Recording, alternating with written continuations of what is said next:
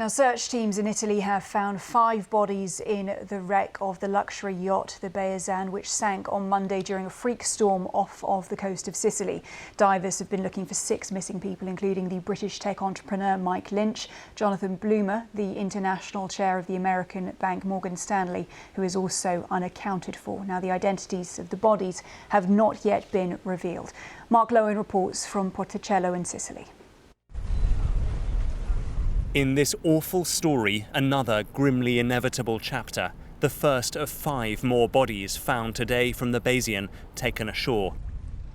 Their identities are not yet confirmed. It takes to 5 the numbers now known to have died as the super yacht sank.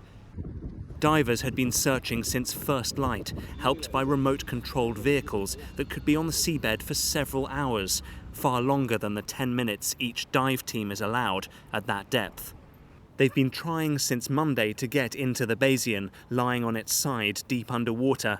The rescuers had struggled to get into the cabins, where it's thought the missing passengers had been sleeping when the yacht was consumed by a waterspout, a mini tornado that capsized it within minutes.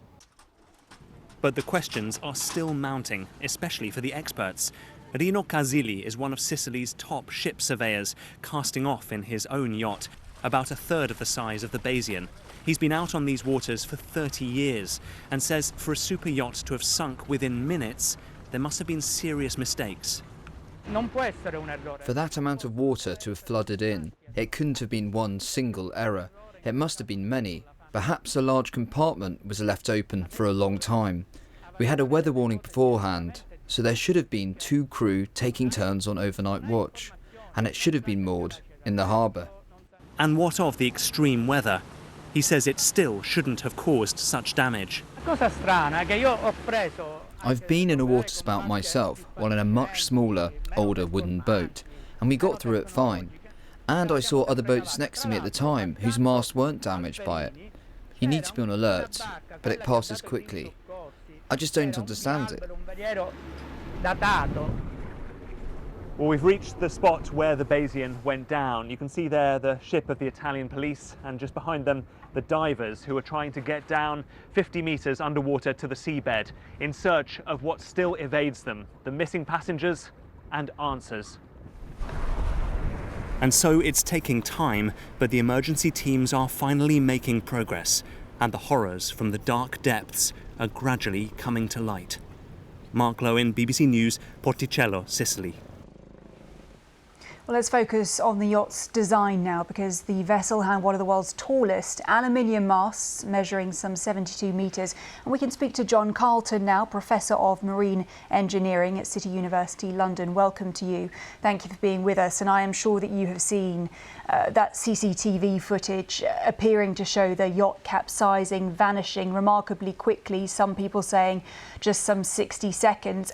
And I think that seems almost remarkable for a luxury vessel like this. What did you make of it? Well, yes, I agree. It's a very rapid failure. What we're really seeing here, I think, is a situation where we've got a waterspout, which is essentially a vortex, which means that there is flow around the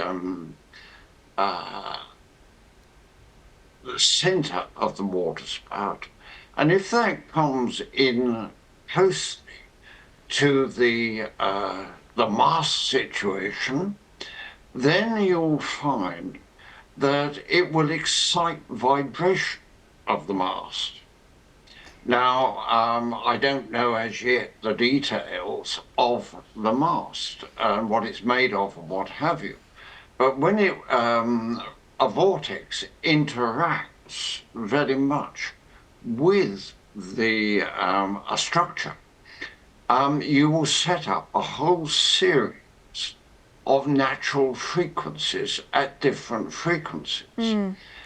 Now, it could be, I mean, the reports are saying the mast broke there. It could well be that either we had a low cycle fatigue situation we were looking at, or we might have had a mechanical overload. Okay.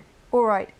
Something else I did want to ask you about, along with the mast, is also the keel, so that kind of backbone of the vessel. You know, what role does that play in terms of stability on a boat? Well, the keel tends to stabilize lateral movement of the ship.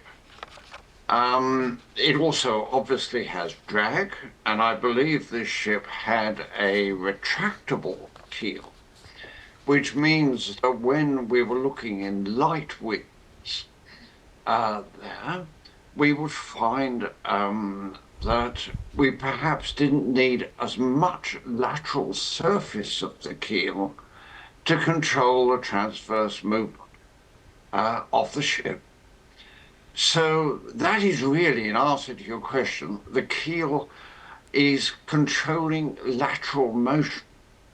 But those of you who are dinghy sailors, if you like, will very rapidly know that in certain headings of the wind, you don't particularly want your keel there because it's going to slow your drag. All right. John Carlton, Professor of Marine Engineering, thank you for sharing your expertise with us.